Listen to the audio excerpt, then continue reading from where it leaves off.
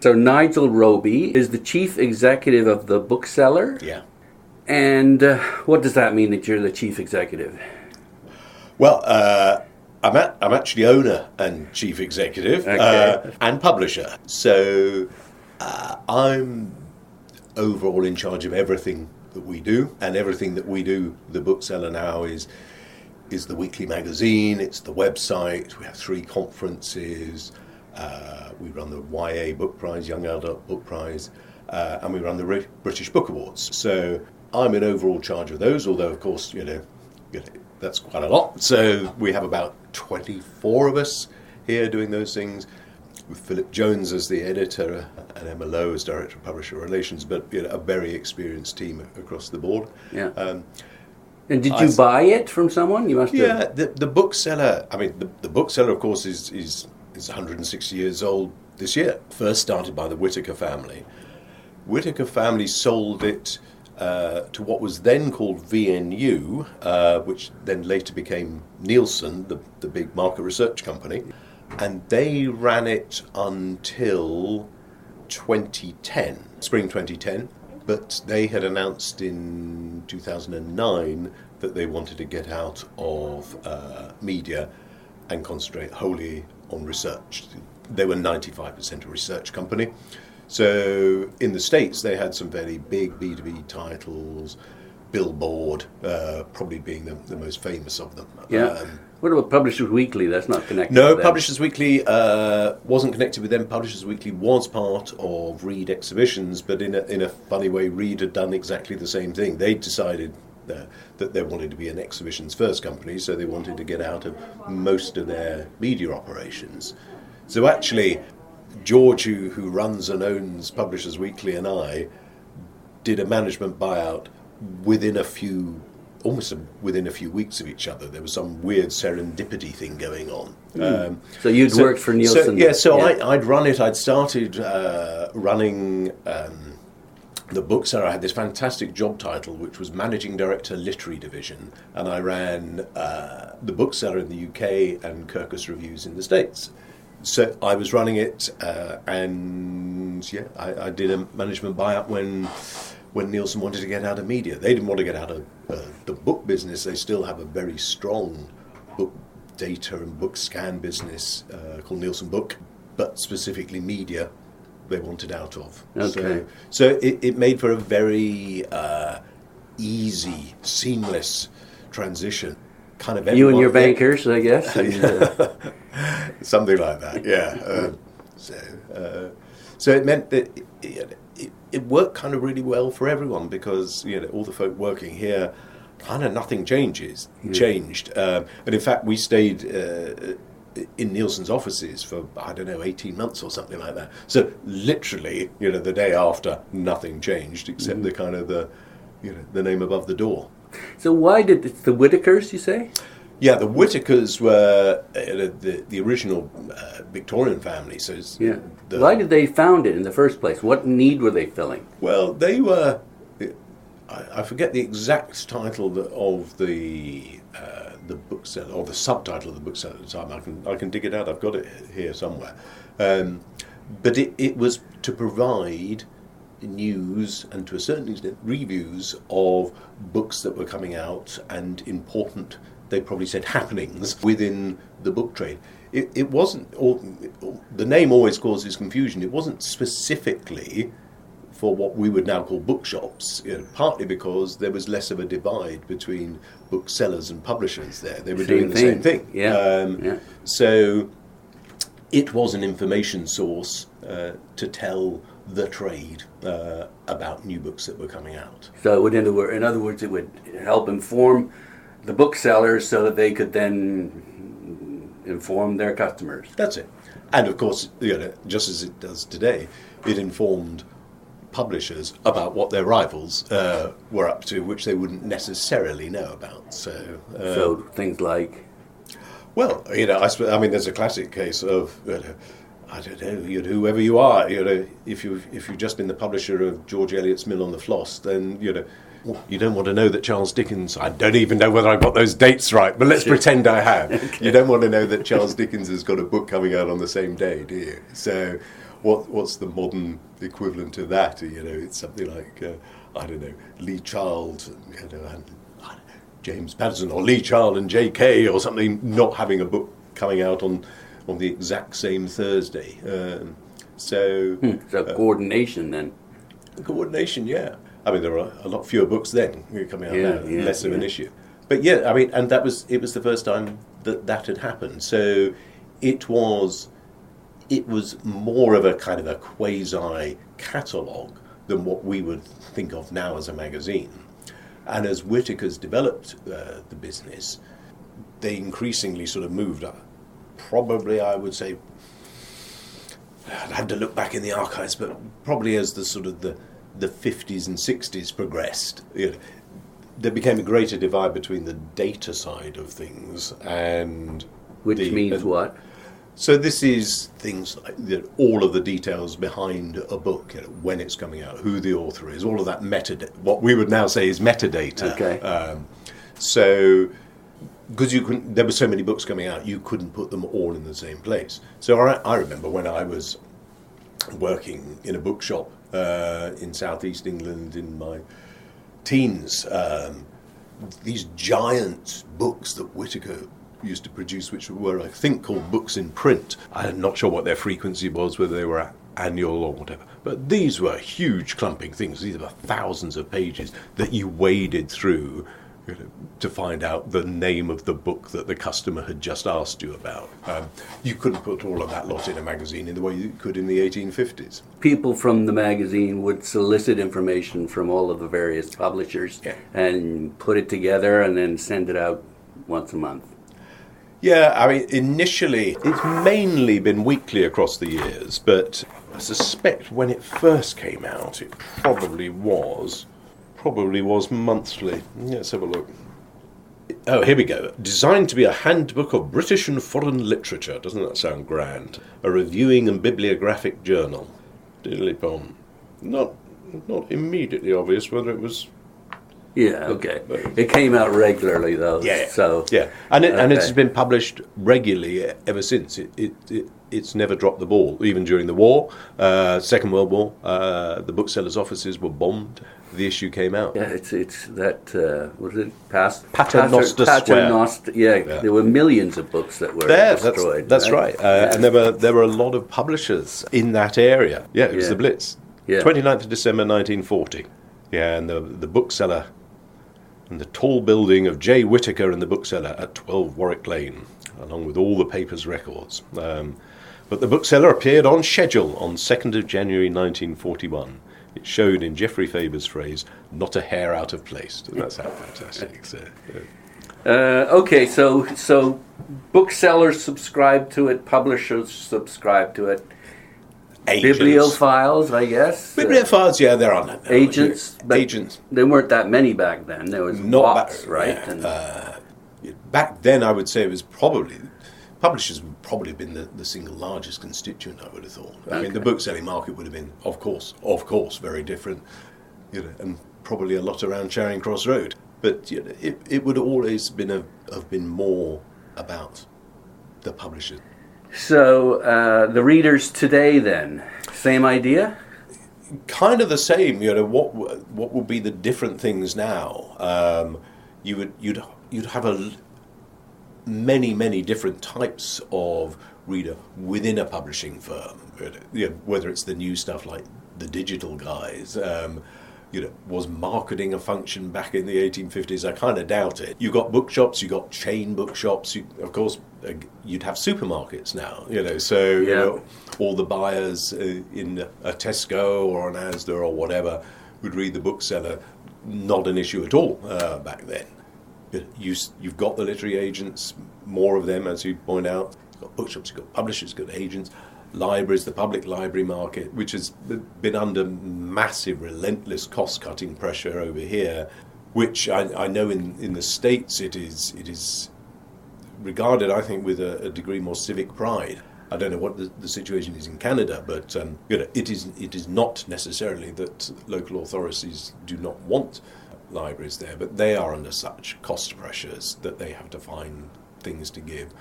And it's a very sorry situation. It is, because libraries are much more than just lending books. You know. They are completely, and time after time, this issue is raised within Parliament, and there are very well-known lobbyists as writers who can point to their own experience. As what person can't point to their own experience, even if it's just going along to a kids' reading thing. Do you take an editorial position on this? Yeah, we do.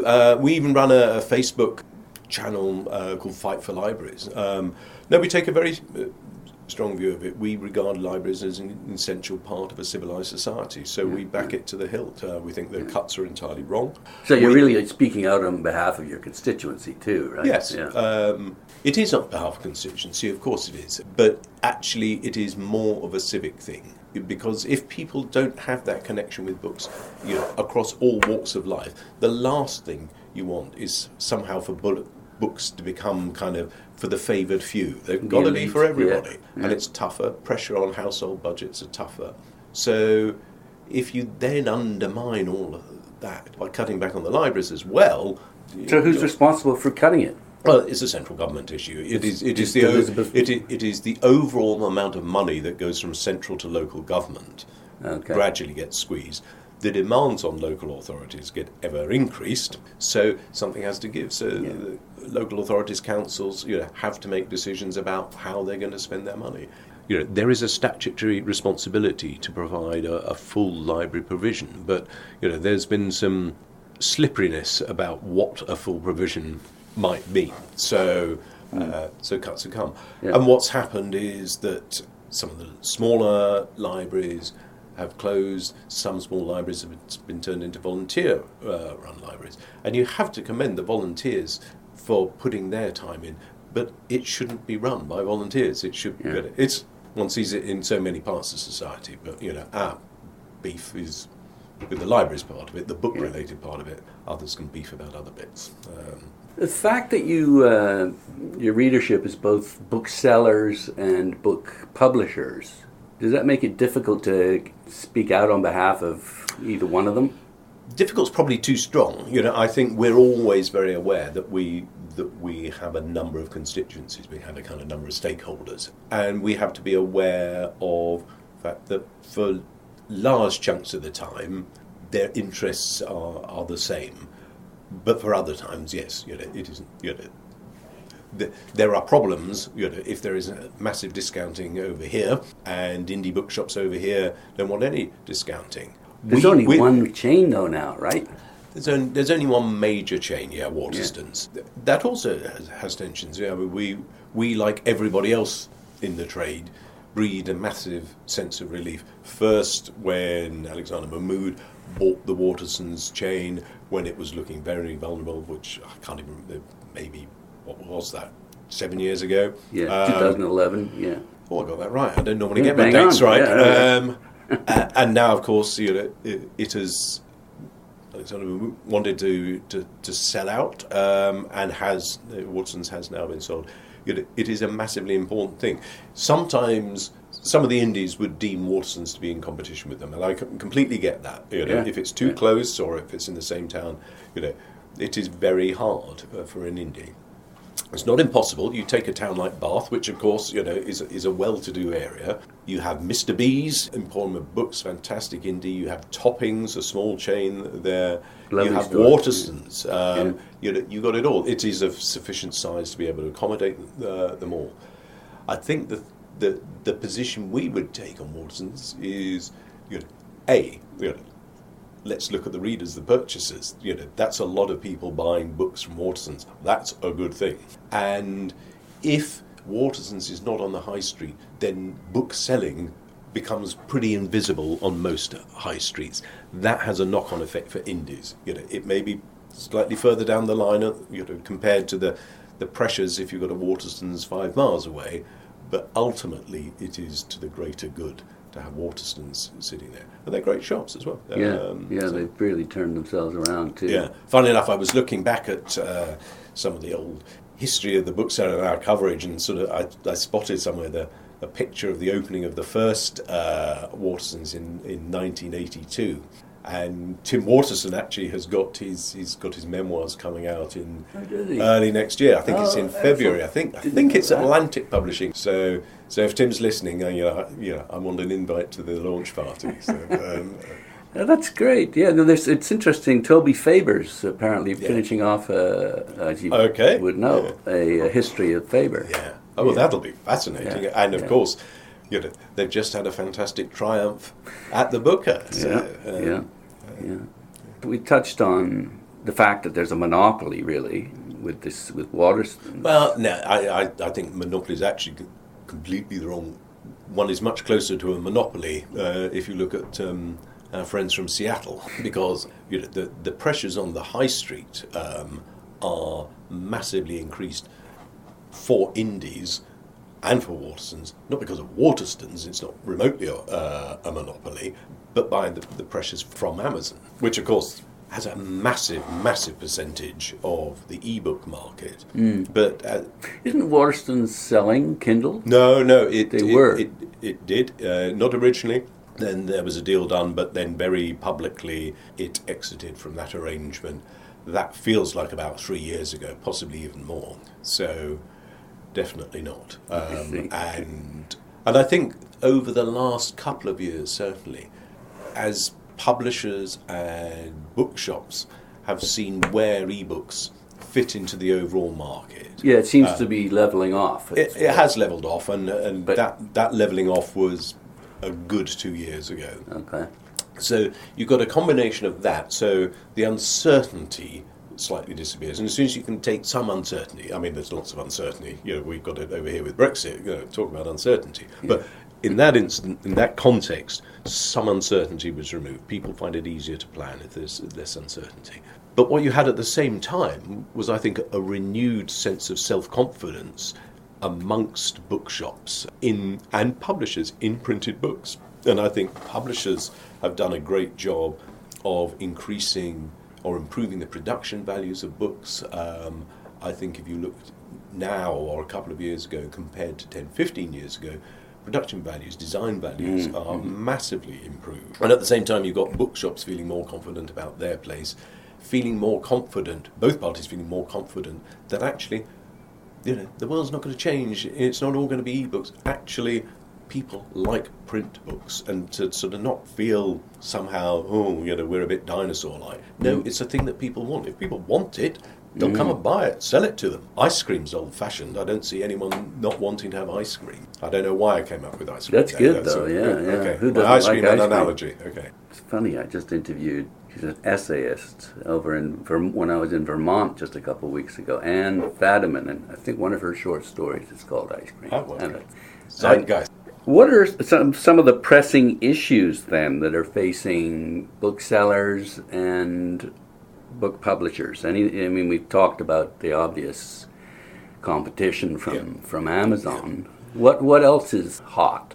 With bookshops in particular, it is the high street itself, and that is a two-pronged problem. I'll probably now come up with 3 prongs, but let's say it's 2. You've got the cost of being in the high street and what we over here call business rates, and business rates are incredibly high.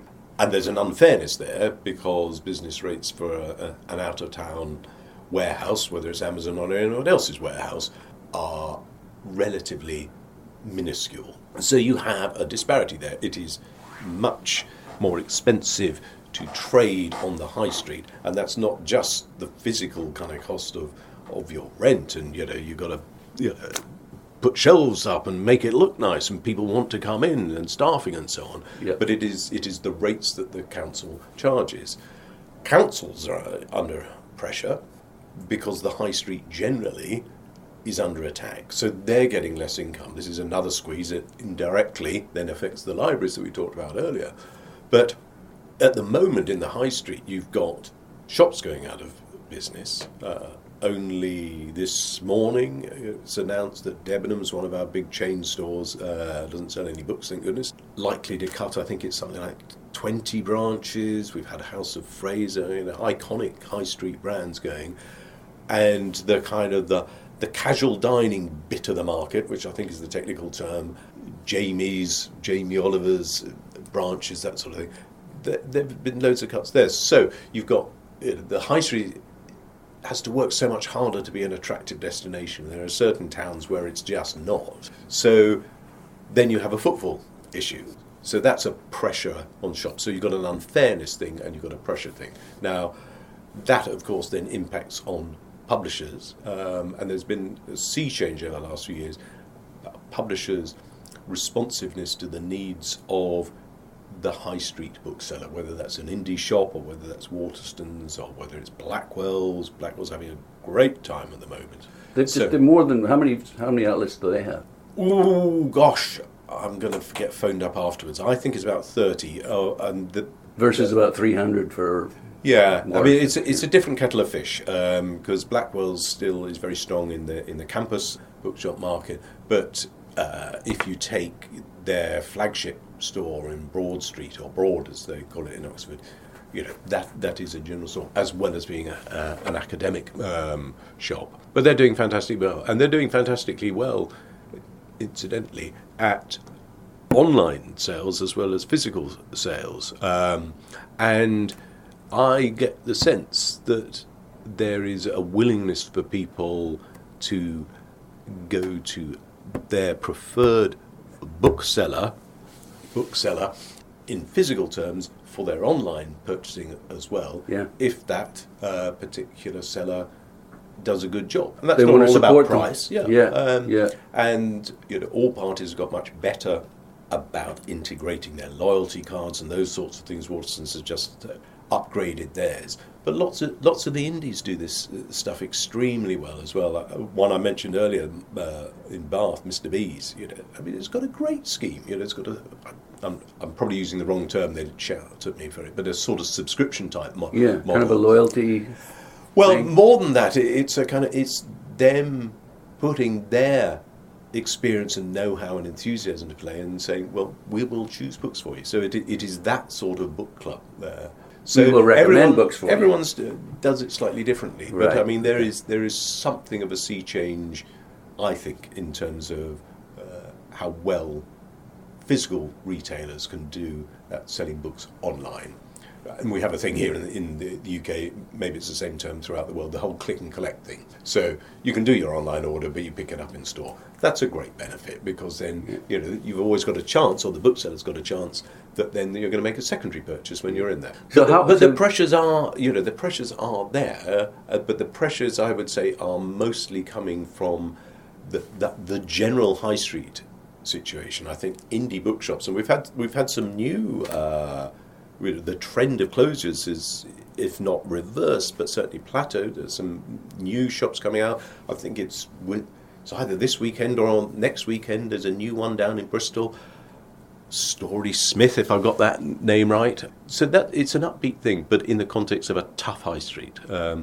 Anything that affects physical retailers affects publishers. So, just in terms of improving their online presence or sales, anything else that they're doing that's improving that, other than the fact that there's this connection between the purchaser wanting to support the fact that this retailer is a presence in their community and adding a cultural destination and that kind of thing? I think it is a general thing, but I think broadly they are playing to their strengths, that it's not all about an algorithm. Right. And of course, if you've got a big site, you've got a Waterston's or a Blackwell's, of course, there's automated technology behind it that's going to put a kind of, well, if you're about to buy this book, you might want to have a look at that book. But it is coming from a full-on bookseller, someone with experience. And I think there are design issues. I suspect if you looked at the Blackwell site now compared to the Blackwell site 6 or 7 years ago, you would be greatly impressed with the changes that have been made.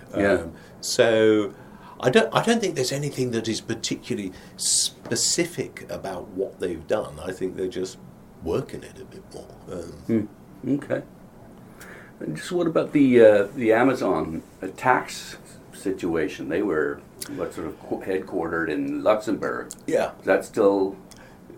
Is it all of the with Brexit going, who the hell knows? Right. But But generally, the pressures. Let me put it slightly differently. In the UK, the associations, in this case particularly the Booksellers Association, has kept up the pressure on via the EU. Yeah, and something like this, it is best served within an EU context. One country can't do anything very specifically. Is to say that in the UK terms, the rates, the business rates thing that is wrong, and in tax terms, overall tax, corporation tax, we would call it over here, that it is unfair for large global corporations to shift their money around and not seem to pay a fair share anywhere. That's not particularly an Amazon thing uniquely. It's true of all global corporations, and everywhere across the world, all national governments are struggling with, well, how can we do this? Partly because a lot of these companies are bigger than a lot of countries. So those are still very, very live issues. Yeah. There's an interesting one that's just going through now. There's been an EU directive that countries within the EU, if they so wish, can normalise the VAT rates, the value-added tax rates, between print and digital books and magazines. So we've had the situation in the UK where print books are zero rated for VAT, but digital books, e-books, and in fact any digital offering, digital magazine, the Bookseller, for instance, has to have a 20% VAT added. So you've got some price. So again, that favours the printed product then. Well, I don't think that does. It favours the printed product, but it makes for confusion in the market. Why am I spending? Why does this cost more? Why am I getting tax added? It's the same thing, isn't it? One's print, one's digital. Why is it different? And we have it on. Well, all B2B magazines, presumably consumer magazines as well. If you're selling a digital edition of it, you have to apply VAT. Well, the person's buying the digital edition because of the convenience of it. It's not a price point issue, it's a convenience issue if they're out on the road, and this is what all the national newspapers have done with the Times and so on. So having this different pricing structure because of a centrally applied tax is anomalous. So it will make it a lot simpler to sell, it's a lot simpler to market. In e-book terms, prices may come down, and that might create another little blip. And we've now seen this is not a print versus e, these things work in tandem. So if there's a little bit of a price advantage, a price reduction coming out of e-books, that wouldn't be a bad thing. But we'll see how it plays out. Hasn't happened yet, but the directive has gone out, and the Publishers Association are lobbying hard that the UK government should adopt this and get to zero. Fundamentally, it is a tax on reading. So that is what both the book side, the Publishers Association, and the magazine side, the Professional Publishers Association, are both lobbying hard to get to zero rating on VAT on books and magazines. So there's actually quite a lot of legislative type stuff going on at the moment. Any other hot topics or issues that you think will rumble through the next number of years? I don't think necessarily one single huge thing, but I think there are lots of smaller things where no one quite knows how things will play out. It's almost boring now, but the biggest thing, of course, for us is Brexit, and how that will impact. There would appear to be already an effect on the cost structure as the pound changes value in relation to the euro, where you are getting books printed in Italy primarily. Is that where most of the British books are printed? Well, you got if you're talking about colour books, then you're still talking about the Chinese market probably being the single bigger one. Probably at the upper end, maybe middle and upper end, Italy has always been a really strong colour printer. Well, Czech Republic. That's now you got me. Because that's where Paul Hamlin went, and that was a big revolution with the colour and colour books. Now your history knowledge is a lot better than mine on that. So I don't know on the Czech market. Yeah. I don't particularly think of it, but maybe it has been superseded by the Chinese market. Yeah, that sounds about this right. is colour stuff, of course. In black and white terms, you need local prints. You need the UK. Why is that? Fast turnaround. You need to get the books done quickly. The books typically take. That's the thing about books. They take a long time. It Not takes so much. about a year. No. Not so, well, maybe from announcement through to print. But I mean, if you take now the Booker winner, Milkman, Faber, up the print run, probably that night, Yes. and up again and up again. It's certainly six figures now, 100,000 plus. That it has gone up by. Those books are being done. That will. I'm not sure which of the printers, it'll be Clay's or CPI, I think, and those books are getting out there now. So actually those turnaround times have really come down. And it's probably been a problem for the printers because the bookshops are taking less upfront orders, or they're reducing those upfront order numbers. So they're not as pile-em high. And of course you had chains like Borders, which were a big pile-em high, of course that disappears out of the market. So there's been a change in the ordering process from the book selling side. Printers have adapted to having shorter run, more frequent runs, rather than, well, let's bash out 100,000 right from day one and potentially end up pulping them. So that's become a much more of a management issue for book printers. But that's what everyone's used to now. And most of the time, you don't have those kind of supply chain issues. That sounds a grotty term in terms of the book trade, but supply chain issues where suddenly there's a buzz and there aren't the books in the shops to be able to meet it. So some of that, of course, can be replaced with print-on-demand stuff, and people like Ingram have made massive steps forward on that. But that doesn't particularly affect the mainstream book market. Certainly doesn't affect, obviously, the big colour, the hardback stuff, but yeah, I mean, a straightforward Faber and Faber paperback is going through regular channels, book printers, but those book printers have got a lot faster at dealing with turnaround. And they still they're still able to maintain a high standard of quality too. Yeah, and as we were saying earlier, I think that standard has improved markedly compared to a decade ago.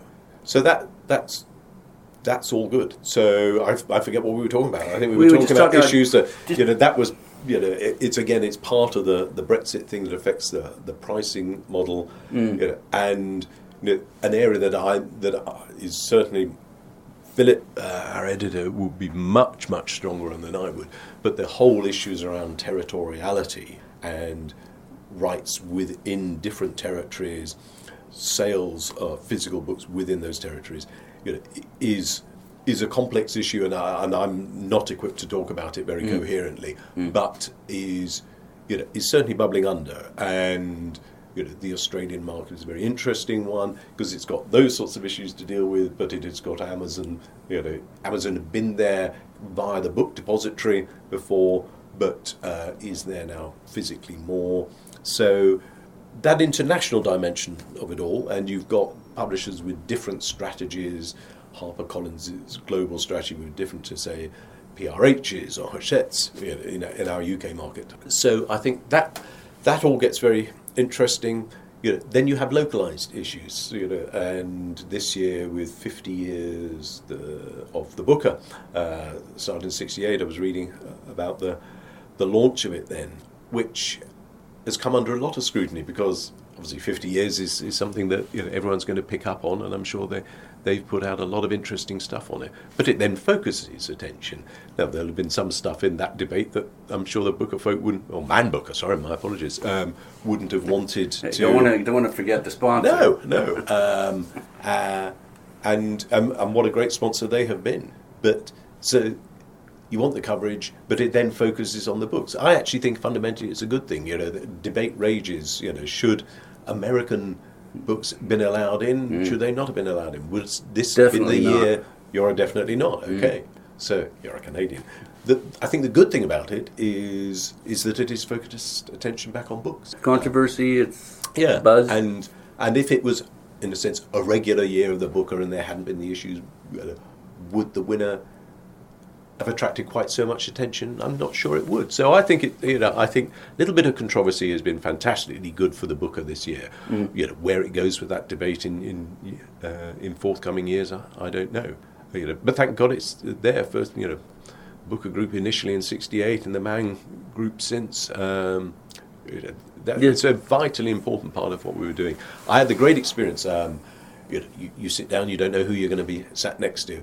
And I was sat next to a lady who is a specialist bookbinder. And I don't mean the kind of like, we've got, bound editions of the Bookseller here, not everyday stuff like this, but real hardcore, one-off That's works of art. That's the kind of people that I go after, and I want to talk to them. Art of the book. Yeah. I mean, so each of the shortlisted books have a special edition. She's the one that did them. She did one. They get 6 Yeah. specialist bookbinders there, and I went onto her site and had a look. I think the lady's name is Kate Hunt. I'm going to now check that on my phone. But that was fascinating. I knew, but I'd forgotten that they did that, and I think it's a really, really nice touch. Well, I love the fact that they're tying it into the, as I say, the book arts, and the fact that there's all sorts of wonderful tradition involved in bookmaking. Yeah. No, it wasn't Kate Hunt, so I'm now going to have to figure out what the name was. Oh dear, how embarrassing. I was going to ask you about, just in winding up, your conferences. Are they and also just business in general? Is it booming? Is it compared to 10 years ago? Is it where are you? No, it's reduced compared to 10 years ago, sadly, because the Bookseller has always been in this fantastically isolated position. The book trade goes through this massive disruption, i.e. the trade that we serve. But the media business has also gone through a massive change, and we're a media business. So, let's have 2 waves hitting us. Why not? So we've had to work blooming hard to sort of keep going and to prosper. Who are your big advertisers? The main publishers. They're promoting their books? Yeah. And, so I think the front cover of the issue that will be coming into the office in a couple of hours, I think, is probably going to be HarperCollins. I think it's the new David Walliams book, children's book coming out. Fantastic supporters of the Bookseller. It is the big publishers, big and medium publishers. Those are our biggest customers. What about Waterson's? Do they advertise? Waterson's don't advertise. There'd be no reason for Waterson's to advertise. They're subscribers of ours. We know my local store in southwest of London, in a town called Guildford. I was chatting to the manager there, and I know how she uses the Bookseller, and I really love knowing that. It's a nice shop. If you're ever in Guildford, go there. Well, that's the neat thing is too. They're not all cookie cutter. They're crafted to serve each different market. Absolutely right. Which is great. Yeah. And you have to, Waterson's in Guildford is very different to Waterson's in North London. And that explains their success. Yeah. Yeah, so customers across the board. It's the publishers, it's the bookshops, the bookshop chains. Not necessarily for advertising, but for subscribing. The conferences are primarily going to be the publishers, and we do 3 conferences. We do Future Book, which, as it sounds, is future leaning. It's not just digital books. It's different ways of approaching the book business and helping it to prosper. And kind of underneath everything we do at the Bookseller, fundamentally, it's about how can we help get more books in the hands of more readers, and that's what our customers do, be they publishers or bookshops or libraries. So anything we do, we try and add value to that proposition, whether that through analysis, through celebration, through whatever. So the conference is a big deal for us. We had our children's conference just a couple of weeks ago. That was a great success, very buzzy. We'll have Future Book at the end of November. Always, I think it's something like Europe's biggest conference outside of the kind of the big trade fairs. And our biggest deal comes in May of each year when we run the British Book Awards, which has both the kind of what we would call the trade categories, so Indie Bookshop of the Year, Publisher of the Year, but also the Books of the Year. And we introduced Author of the Year and Illustrator of the Year. So Illustrator of the Year was something new that we did this year. Mm-hmm. Axel Scheffler was the inaugural winner. Now you need Book Designer of the Year. Well, the problem is every time we do anything, someone pops up and says, well, we need this and we need that. And I'm thinking, well, we'll be going on till 3 a.m. soon. So that's a very important part of our business, but also one where we feel very privileged that we've been trusted by the trade to represent it. How can listeners subscribe? Well, just straight go to thebookseller.com, and we operate on a freemium model, the classic freemium model. So there's a certain amount that you can read on the website for free. Once you reach a certain point, then we'll say, it'd be nice if you could give us some money, and it's just click on the appropriate links at that point. So what, you get 5 or 6 articles a month, kind of? I think you get 3 before we ask you to register, so you can just turn up and look, and we don't even need an email from you. 3 in, I think, and then I think another half dozen or something like that, and then we'll ask you to pay. There's certain things that no one except subscribers can get. You can't get the hardcore analysis, you can't get the charts, you can't get the data, you can't get book previews, because what we do is we preview each week in print, and that then goes online. Each week is different, so fiction previews for 3-4 months ahead, children's books coming out in 3-4 months' time in the following week, non-fiction and paperback.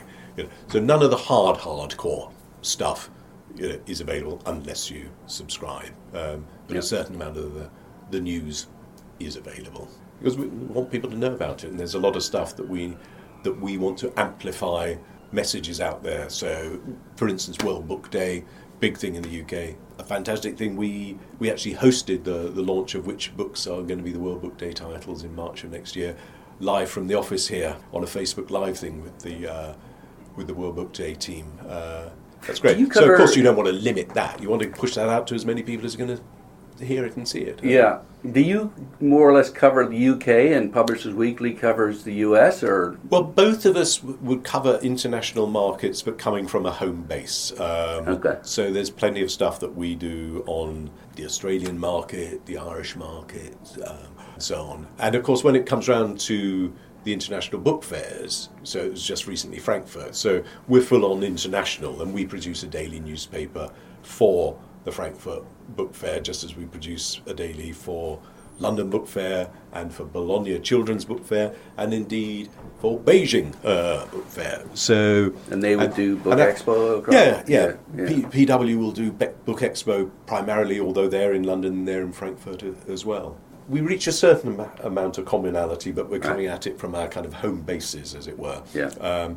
And of course, sounds like you need both if you want to get the whole world. There's no way you could just rely on us for anything about America and vice versa. With PW about the UK.